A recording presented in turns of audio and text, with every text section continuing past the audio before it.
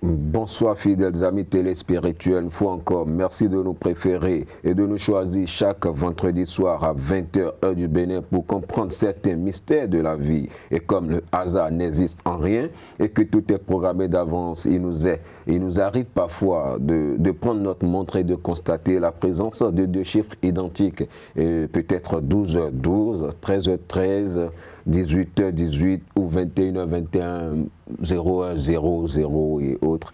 Et c'est ce que nous appelons communément les heures jumelles ou les heures miroirs. Et quel est le message que véhiculent ces heures? On nous apprend que ce sont nos anges qui tentent de nous transmettre des messages. Et pour comprendre cet état de choses, nous avons invité pour vous quelqu'un qu'on ne présente plus. Et il est maître spirituel, recteur de centre d'initiation spirituelle aussi. C'est bien maître Mansour Godson. Bonsoir maître. Bonsoir, bonsoir aux téléspirituels. Heureux de vous retrouver sur le plateau. Au cœur du mystère. Au cœur du mystère. Merci beaucoup maître à vous. Et les heures jumelles et ou heures miroirs, qu'est-ce qu'on peut déjà comprendre? Alors, avant de comprendre ce qu'on entend par les heures jumelles, il faut comprendre d'abord ce qu'on appelle le principe de la gémellité.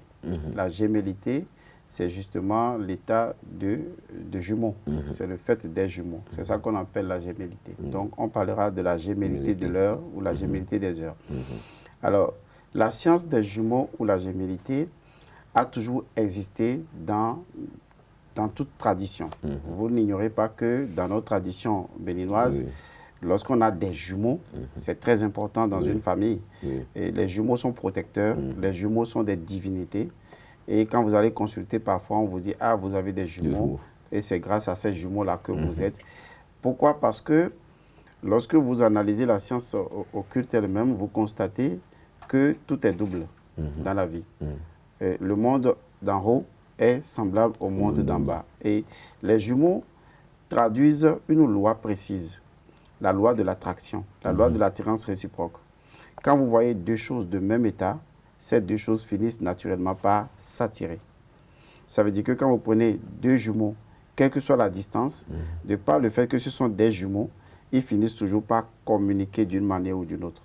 Donc, lorsqu'il arrive à un moment donné que l'intérieur et l'extérieur communiquent, que le monde invisible et le monde visible communiquent, à un moment donné, la conscience de l'individu se positionne sur ce qu'on appelle les heures jumelles.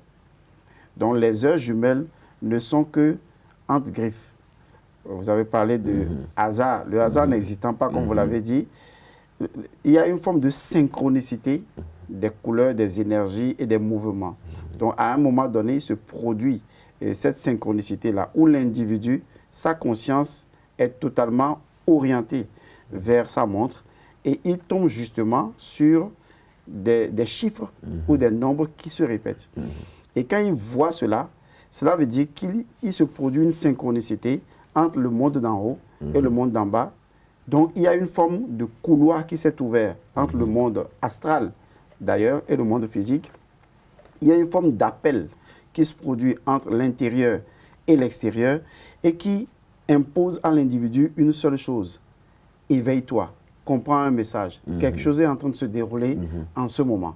C'est comme si vous avez toujours eu des enfants un à un, et du coup, vous avez des jumeaux.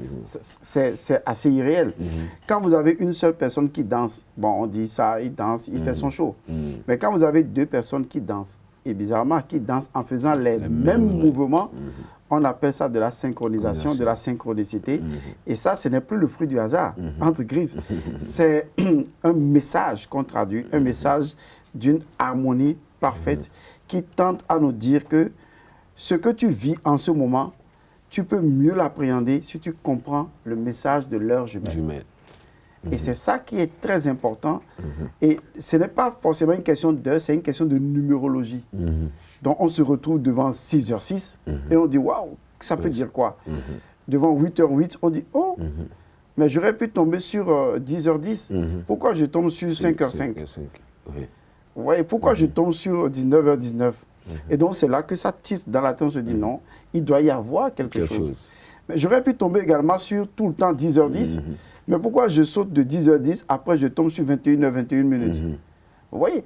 Et ça, il y a des gens qui font l'effort même d'y échapper, et bizarrement, ils tombent toujours dans les heures jumelles. Donc, ça veut dire que, franchement, votre esprit intérieur tente de communiquer avec votre extérieur pour créer une synchronicité, faire passer un message et vous dire, si tu comprends ce message, tu peux t'en sortir. Et maintenant, est-ce qu'il faut vraiment se fier à ces messages-là et des heures jumelles? Alors, je vais être précis, concis, clair. Il faut se fier à ces messages à 1000%. C'est terrible, mais j'en ai fait l'expérience à tel point, j'ai oublié, sinon j'allais venir avec. J'ai écrit un livre là-dessus. C'est intitulé « Le livre des heures jumelles » ou « Les heures jumelles ». Et ce livre se vend à l'international sur Amazon. C'est le livre des heures jumelles ou les heures jumelles dans lequel j'ai expliqué pourquoi les heures jumelles, le message global des heures jumelles, le message sectoriel des heures jumelles et le message individuel des heures jumelles. Donc l'individu, tant qu'il veut vérifier, parce qu'aujourd'hui, il faut voir les choses de façon scientifique. S'il veut vérifier, ça veut dire qu'il a le bouquin, ou il a l'information, ou il a même, j'ai déjà mis le bouquin sur YouTube. Tout le monde peut taper mon nom et voir.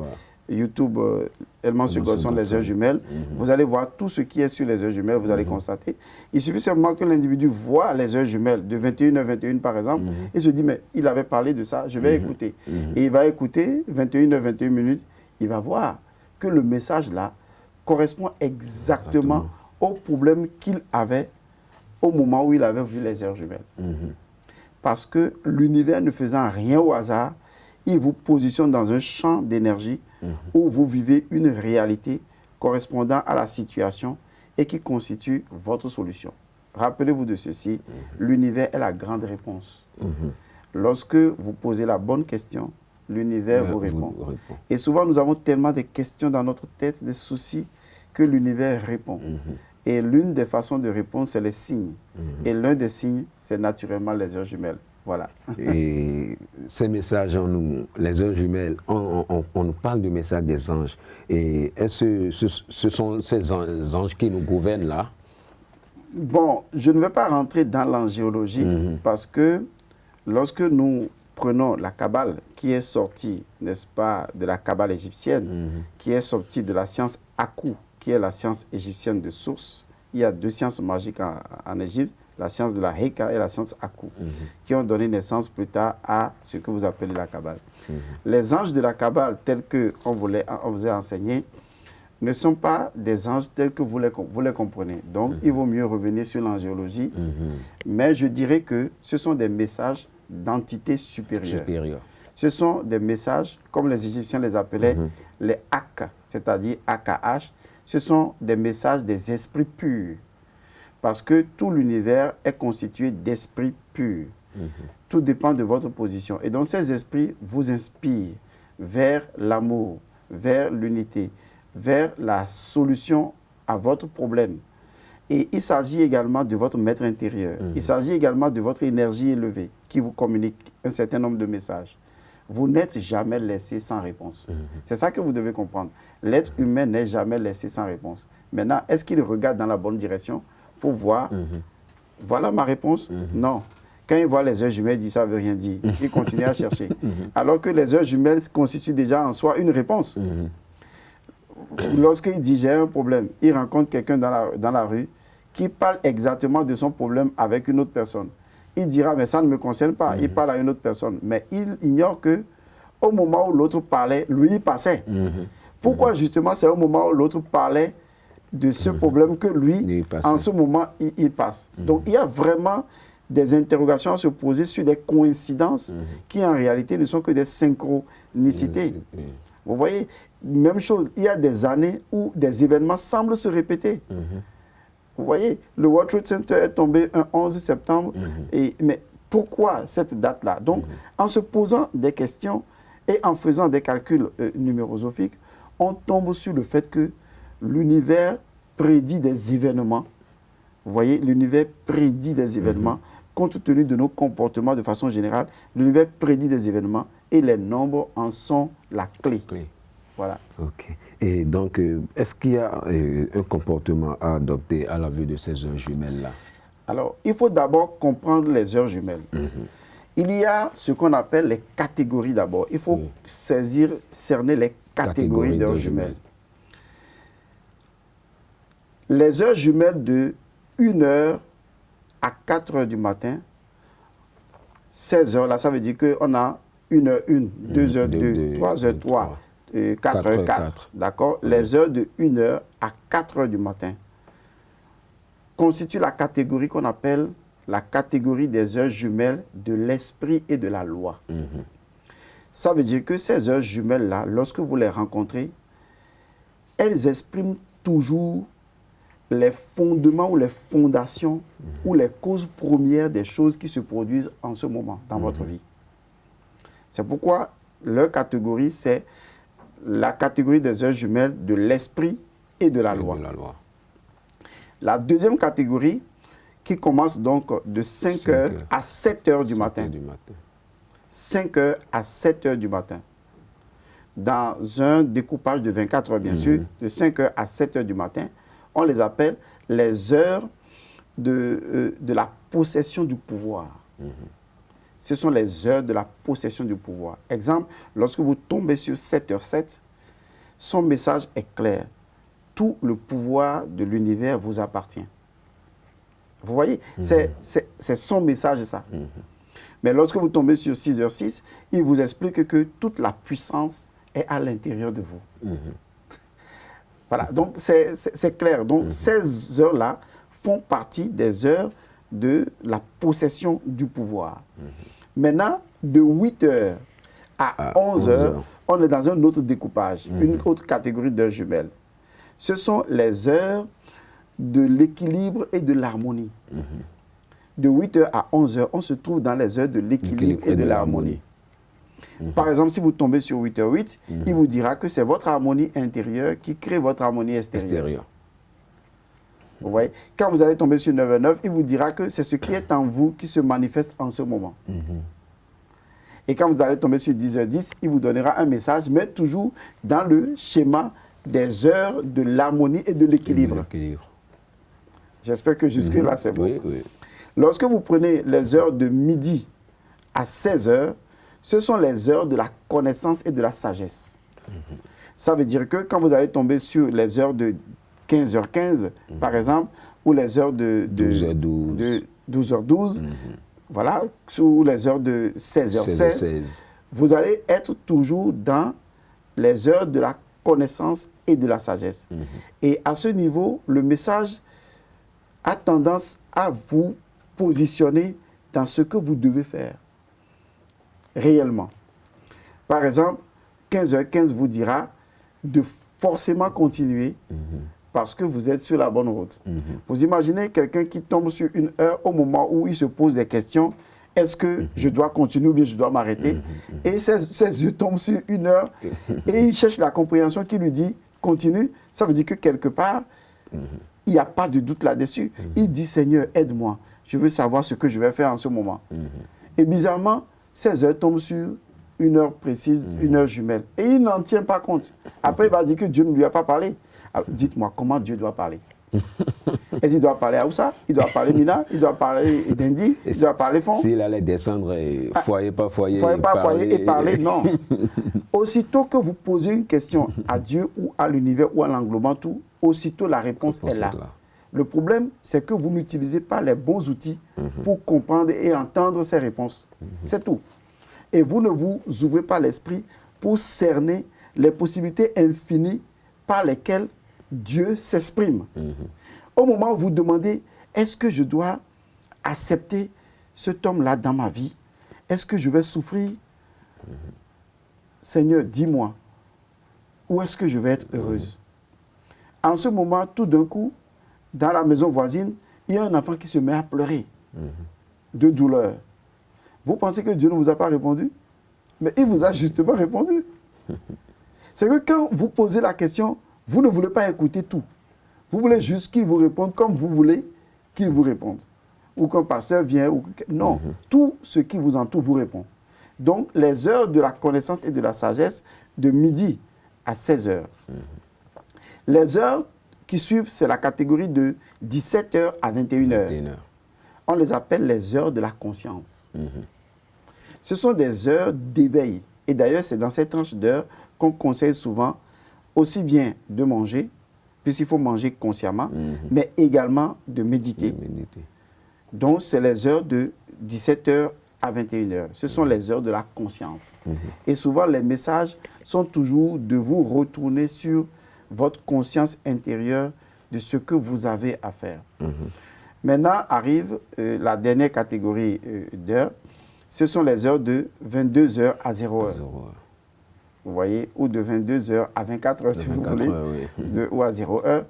On les appelle la catégorie des heures de la vie secrète. Vous voyez, c'est les heures de la vie secrète. C'est ça. Maintenant, il y a une tranche d'heures qui n'est pas souvent prise en compte, c'est les 0 à 1 heure. Vous voyez, cette tranche d'heure de 0 heure à 1 heure, vous allez voir, on est parti de 1 heure à 4 heures. Vous voyez, de 5 heures à 7 heures, de 8 heures à 11 heures, de midi à 17 heures, à 16 heures, pardon, c'est vous qui avez raison, de 17 heures à 21 heures, de 22 heures à 0 heure. Donc, il reste une tranche d'heure de 0 heure à 1 heure, exactement. Cette tranche-là, c'est la catégorie de l'heure mystique. Donc, voilà comment est catégorisé l'ensemble. Donc, quand vous avez déjà la catégorie des heures jumelles en tête, lorsque vous êtes en train de faire un travail et vous vous demandez comment le travail doit se faire, ou est-ce que la personne là, c'est un exemple, hein, est-ce que la personne là ne me trompe pas, par exemple, alors vous voyez peut-être 17h17, vous voyez peut-être 19h19. Donc vous allez voir que c'est une heure qui vous appelle toujours à une plus grande conscience de vous-même. Et aborder chaque heure jumelle sera fastidieux, mais néanmoins, j'ai résumé pour qu'on comprenne qu'il y a non seulement les catégories, mais il y a la signification des heures jumelles. Et maître, est-ce qu'il y a par exemple, à la vue de ces heures jumelles, est-ce qu'il y a des prières, des invocations ou autre chose qu'il faut? Oui, c'est très important d'avoir posé la question parce que dès que vous voyez une heure jumelle et que vous comprenez sa catégorie, la première action qu'il faut avoir, c'est de dire que les bénédictions soient ou que la lumière soit, ou de dire abracadabra ou abareka jet abari, c'est-à-dire de dire que la lumière engendre la lumière, éternellement la lumière. Et de se positionner en toute conscience dans le message de l'heure jumelle ou dans la catégorie de l'heure jumelle. Par exemple, si vous êtes à 11h11 et que vous n'avez même pas la signification précise de 11h11, mais vous savez que 11h11 appartient à la catégorie des heures de l'équilibre et de l'harmonie, ça veut dire que instantanément, l'heure vous invite à retrouver quoi? Votre équilibre et votre harmonie. D'accord? Et donc, vous devez automatiquement changer quoi? Votre monde intérieur, afin que votre monde extérieur soit correspondant. Parce que c'est une heure qui vous dit que c'est votre monde intérieur, c'est une catégorie d'heure qui vous dit que c'est votre monde intérieur qui détermine votre monde extérieur. Mais par contre, si vous tombez sur 6h06, ça veut dire que tout le pouvoir, toute la puissance est en vous, et donc c'est à vous de décider de ce que vous devez faire. Est-ce que vous voyez? Maintenant, quand vous tombez, vous vous réveillez pour aller uriner, et vous tombez sur 4h04, ça veut dire que le sujet qui vous concerne est un sujet fondamental et déterminant pour votre existence. Donc, connaître les catégories vous permet de savoir quel est le message qui passe. Et en comprenant le message, c'est déjà la prière qui est essentielle à faire. Parce que vous ne pouvez pas faire une prière après l'heure magique, on l'appelle également l'heure magique. Vous devez faire la prière au moment où l'heure magique est affichée. Et comprendre ce message au moment où l'heure magique s'affiche. Pas après. Est-ce que vous voyez? Pas après. Après, on peut faire un récap. Mais au moment où vous le comprenez, c'est beaucoup plus important. C'est comme voir une étoile filante passer dans le ciel et vous devez faire un vœu. Vous voyez, vous devez faire un vœu. Donc, quand vous voyez une heure jumelle, vous faites un vœu. Vous faites le vœu compte tenu du message que l'heure jumelle vous affiche. Vous affiche. Et ces heures jumelles, ça voudra dire qu'il y a la présence des nombres. Les nombres jouent un rôle vraiment important dans... comment on dit, puisque les heures jumelles, c'est d'abord les nombres. Bien sûr. Donc, est-ce qu'il ne faut pas à un moment se référer maintenant à la numérologie ou à la numérosophie pour pouvoir interpréter ces heures-là? Oui, il faut forcément se référer à la numérosophie pour pouvoir comprendre ces heures. Mais au-delà de la numérosophie, il faut faire la science qui permet de comprendre la répétition des nombres. Je peux connaître l'énergie d'un nombre, comme par exemple le nombre 5. Mais quand je le trouve dans un champ astral, puisque les heures jumelles sont en réalité dans un champ astral, il faut le comprendre comme ça. Quand je suis dans un champ astral et que je trouve 5h5, est-ce que je dois le comprendre exactement comme lorsque je comprenais 5? Ce n'est pas exactement ça.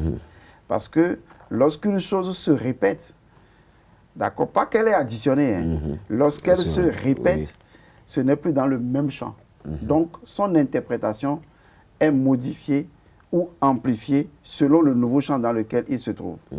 Est-ce que vous voyez? Du coup, il faut d'abord faire la numérosophie, d'accord, mais il faut également faire la science de la répétition des champs d'énergie ou de la répétition des nombres, car les nombres ne sont que des champs d'énergie. Je vais vous donner un exemple plus clair. Vous allez voir que dans la Bible, il y a un nombre qui se répète et qui fait le casse-tête des gens. Moi, je l'ai déjà résolu, hein. Mais c'est un nombre qui fait casse-tête des gens. C'est le 666. Vous voyez, ça s'est répété. Ce n'est pas le 6 qui s'est répété 2 fois, il s'est répété 3 fois. 6, 6, 6. Vous voyez, là, ça n'aura pas la même signification que le 6 unique. Ça n'aura pas la même signification que le double 6.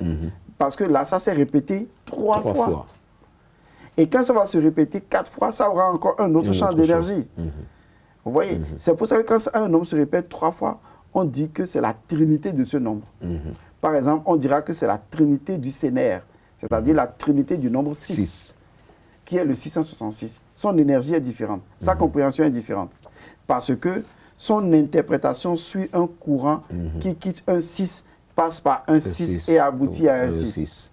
Revenons à un autre nombre, qui est l'opposé, pas vraiment l'opposé, mais le stade final en termes de transmutation, je pèse mes mots, en termes de transmutation du nombre 666.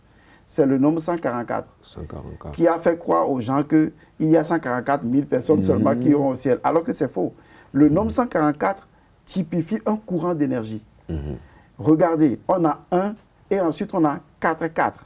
C'est curieux que 1 et après on a 4, 4 qui se répètent. Qu'est-ce que ça veut dire?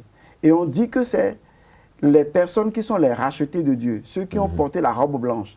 En réalité, il n'y a pas de personnes portant la robe blanche, puisque le 144 est le nombre qui explique la diffusion de la lumière. Le nombre 144 indique la diffusion de la lumière, tout simplement. Donc, il faut comprendre que le nombre exprime un champ d'énergie. Et donc, sa répétition doit induire des courants d'énergie spécifiques. Il faut donc comprendre la science de la répète, n'est-ce pas, de ces nombres-là. Ok. Et maître, est-ce que ça, les nombres, par exemple, vous voyez les immatriculations, les plaques, par moment, on peut tomber sur 42, 42, 80, 80, 33, 33 et autres. Est-ce que c'est aussi un message? C'est parfaitement un message. Et moi, ça m'est arrivé plusieurs fois. C'est-à-dire que vous tombez même sur votre propre voiture, d'accord, dont le numéro est à l'envers, alors que c'est la même voiture. Vous pensez que c'est des coïncidences? Non. Il n'y a pas de coïncidence, c'est de la synchronicité, tout simplement. À un moment, en fait, il faut que je vais changer complètement votre façon de percevoir. Arrêtez de voir des formes. Ne voyez que des ondes. Est-ce que vous essayez d'imaginer la chose? Arrêtez de voir des formes. Vous, une forme, la chaise, une forme, la maison ici, une forme. Arrêtez de voir des formes. Commencez à voir des ondes. C'est-à-dire, l'une des lois métaphysiques dit simplement vibration, fréquence, séquence. Vous voyez? Vibration, fréquence, séquence. C'est l'une des 7 lois métaphysiques. Donc, commencez à voir tout comme étant énergie, comme étant vibration, comme étant fréquence, comme étant séquence.